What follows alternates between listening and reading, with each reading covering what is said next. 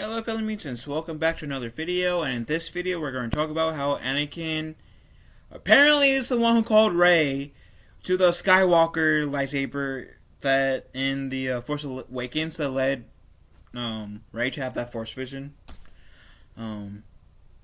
Honestly, I have to say, despite my frustrations towards the sequels,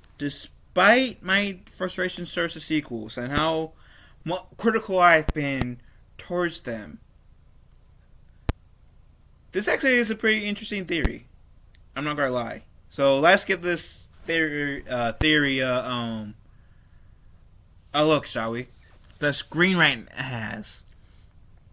Among a cast of fresh faces and new planets, Star Wars sequel trilogy featured the return of many familiar elements, including one very important lightsaber. After Rey, Finn, and Han Solo travel to the planet Takodana in Star Wars The Force Awakens, Rey is shown Anakin Skywalker's old lightsaber, which is presumably lost, along with Luke's hand during his face-off with Vader in Cloud City.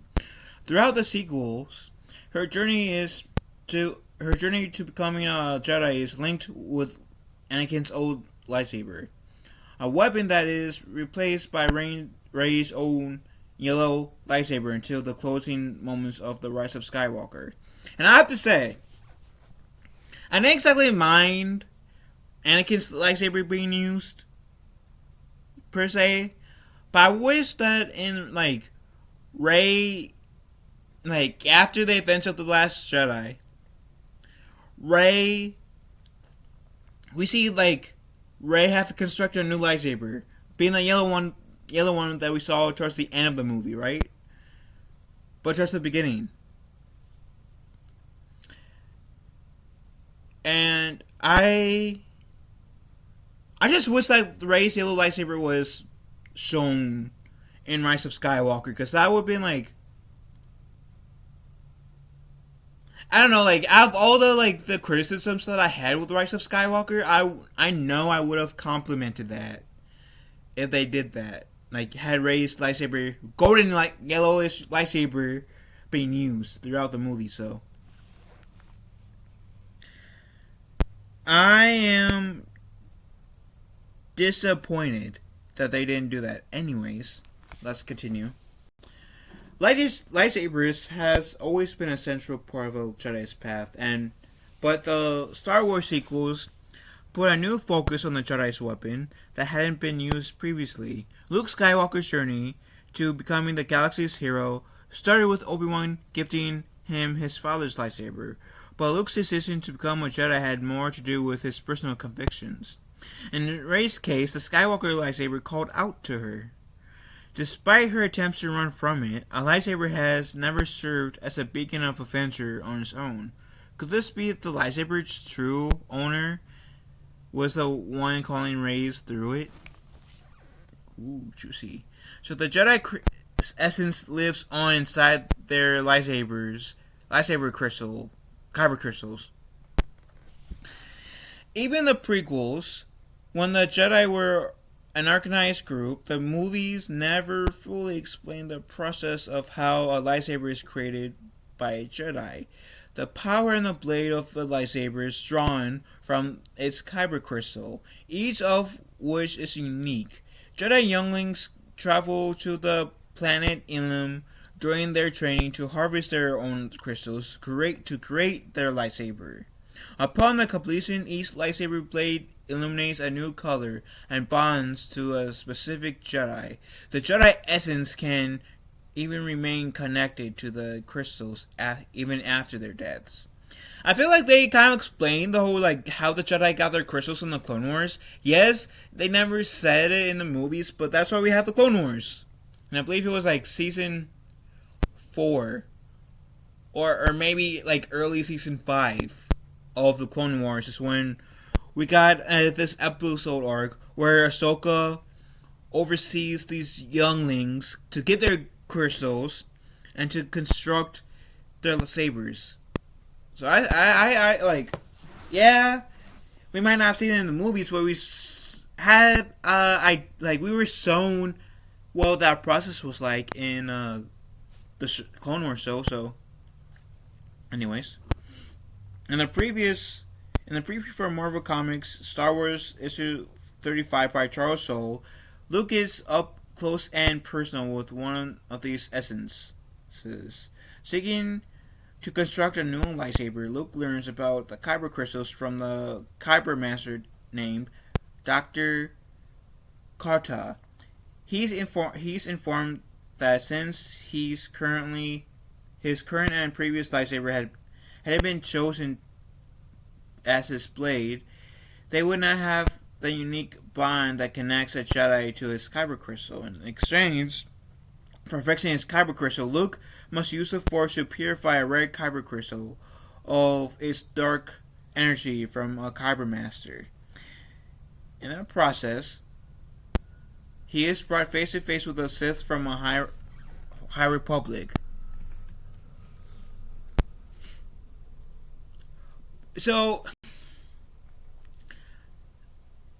like, I don't know how I feel about Sith being the High Republic. Like, I get that you will have, like, Luke, like, when the Jedi are around, when there's light, you meet darkness. But, like, Ki Adi Mundi, I believe in the Phantom Menace, he said that the Jedi hasn't seen each other in a millennia. And so, correct me if I'm wrong, but I think millennia is in like millions of years in the past, right? Millions to billions of years in the past.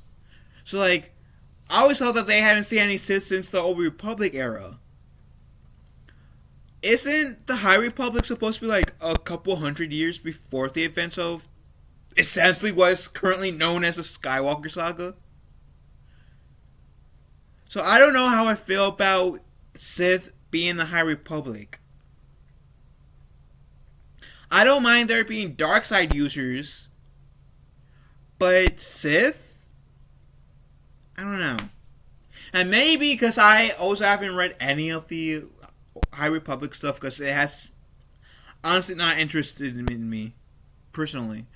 But maybe I need to like read at least some of those books, see how they explain the Sith, and maybe it's a like a convincing way. I kind of doubt it, but I don't know. I don't know. Anyways, let's continue. Luke's experience with this imprint of ancient Sith varies the kyber crystal's ability to channel the Force within it. Anakin is told multiple times during his days as a Padawan that his lightsaber is representative of his life, and that this new revelation about kyber crystals takes that to a new level. The Skywalker lightsaber was not only built by Anakin, but also present for many formative chapters of his life and saw the end of the Republic era. The Force-attuned organic manner with the kyber crystal allows the crystals to absorb the energy around them, which also undoubtedly make Anakin's crystal a perfect conduct for his essence. Was Anakin the one who called Rey to become a Jedi? If a Jedi essence remains in the kyber crystal of their lightsaber, it stands to reason that Anakin Skywalker himself lives on within the weapon that eventually called to Rey in The Force Awakens. The lightsaber reacts to her presence much differently than it did around Luke in the original trilogy. This even seeming to choose her when she and Kylo Ren are both using the Force to summon it. Now, one hand, like, the reason why, like, if this theory turns out to be true before I finish it, the reason why, like, if this is true, the reason why I can see, like, the lightsaber calling out to Rey, I mean, reactively to Rey than it does to Luke, because we gotta remember, by the events of the original trilogy, like, from until, like, the last moments of Return of the Jedi, Anakin Skywalker was still technically around, but as Darth Vader.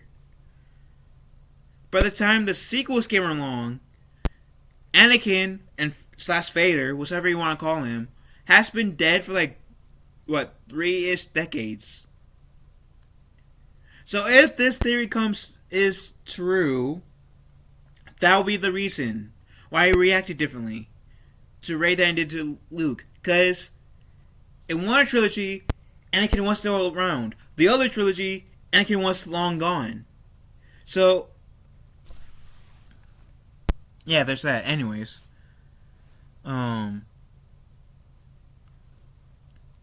despite Kylo Ren's heritage and training, Rey continuously seems to have a stronger connection to his grandfather's lightsaber, even as she's trying to avoid it. That connection leads her to Luke, who reluctantly begins her Jedi training. As a true owner of the lightsaber, Anakin would have the power to accept a new wielder for the weapon. This seems to be exactly what happens throughout the sequel trilogy, as Rey and Kylo Ren battle over its ownership on multiple occasions.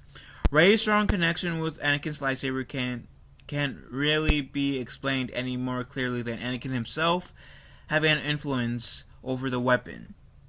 So Rey became the Chosen One's agent to seek balance in the Force in the Secret Era. Anakin Skywalker was the galaxy's chosen one who was meant to restore the balance of the Force. According to George Lucas, Anakin remained the chosen one even as Darth Vader eventually bring balance even after having served the Empire for so many years. Following his death, the emergence of the First Order and the other Sith-influenced groups brought the galaxy into another era of darkness. Without Anakin there to act on its behalf, the Force was once again in need of balance, and this theory implies that Anakin called out to Rey for her to undertake the role. When Rey touches the lightsaber, she is immediately hit with a painful Force vision of her past and future, along with the details of the lightsaber's own history. This has never been shown in any Star Wars movie before. It makes sense for Anakin to be the driving force behind the vision. Even when Luke was using the lightsaber, the Kyber crystal was still linked to Anakin, who was Darth Vader at that point. By the time Rey had touched the weapon, Anakin has been long redeemed, and the essence inside the Skywalker lightsaber is still consistently calling her to learn the ways of the Jedi and fight against the dark side of his place.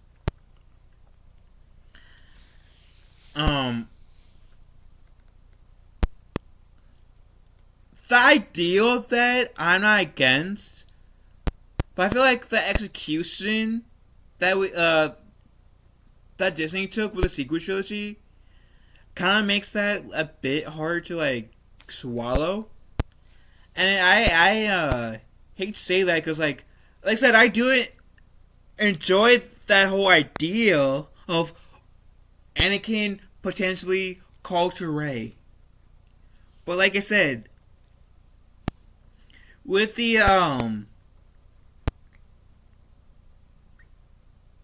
execution Disney decided to take through the sequel trilogy, even though I like the idea, it's like I don't know how much I can buy into that without execution, if that makes sense. Anyways, when Rey first touched her I already did that. Okay, so Anakin's lightsaber proves Rey has the right to call herself a Skywalker. Now that I don't think so. But let's give this part a time of day to see if I agree with any of it. Rey went through many identities over the course of the sequel trilogy, but before the first movie, many speculated that she would belong to the Skywalker or even the Kenobi bloodlines, but it was eventually revealed to her that she came from no one special at all. In the final controversial twist, Rey discovered that she is actually related to Emperor Palpatine, the granddaughter of the Sith Lord. Rejecting her true bloodline, Rey helps defeat the Emperor and introduce herself as Rey Skywalker to a stranger at the end of Rise of Skywalker. This plot point was divisive, to say the least, with some insisting that Rey couldn't consider herself as a Skywalker without being directly related to Anakin. But if Anakin really called Rey to wield his personal lightsaber, that should be more than enough to qualify her as to use the family name. Having been chosen by the Chosen One himself, Rey is practically Anakin reincarnated in the sequel trilogy. Before I continue with the last paragraph, I'd have to say that I wouldn't have minded so much her taking the Skywalker name if they kept her bloodline being her as a nobody.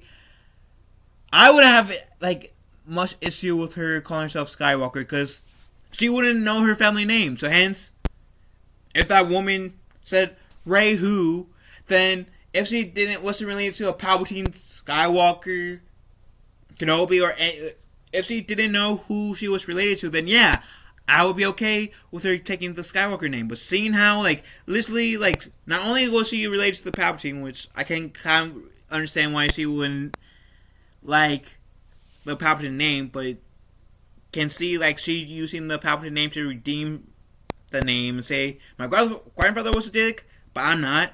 But, she totally ignored what Leia said early in the film. Rey, don't be afraid of who you are.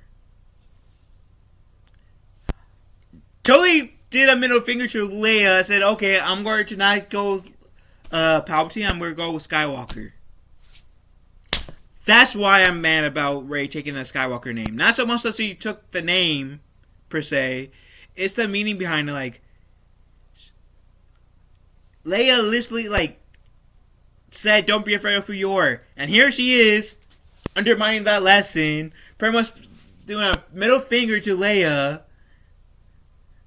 And I still probably would be upset if she was a Palpatine and she took the name Skywalker, but I probably wouldn't be as pissed or annoyed if Leia didn't say, Rey, don't be afraid of who you are, earlier in the film. So that's why I have issues with Rey being a Skywalker. Either Rey is a Skywalker by blood, or gets married into the family, like Ben and Rey gets married. That's another way I could accept it, which means Ben would have had to survive. Or she remains as a nobody, taking the name Skywalker. I feel like some fans might still be annoyed, but they would be more open to Rey being Skywalker if she was a nobody and didn't know her heritage. I'll be one of those fans that, okay, at first I'll probably be annoyed, but then I probably wouldn't still be annoyed today. 3, 4-ish years, 5 years after the Rise of Skywalker came out, I wouldn't be annoyed to this day.